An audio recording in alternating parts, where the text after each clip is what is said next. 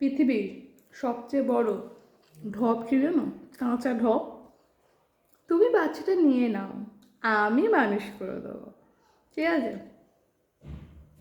এই যে মানুষ হচ্ছে, যে বলেছিল সে লেজ গুটিয়ে পালিয়েছে, যে বলেছিল বাচ্চা হওয়ার পরেই সে লেজ গুটিয়ে পালিয়েছে।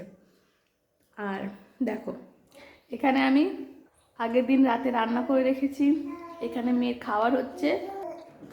আর মেয়েকে দাঁড়াও দেখো, সবসময় কোল উঠে বসে থাকে, আর এখন বাস খেলছে।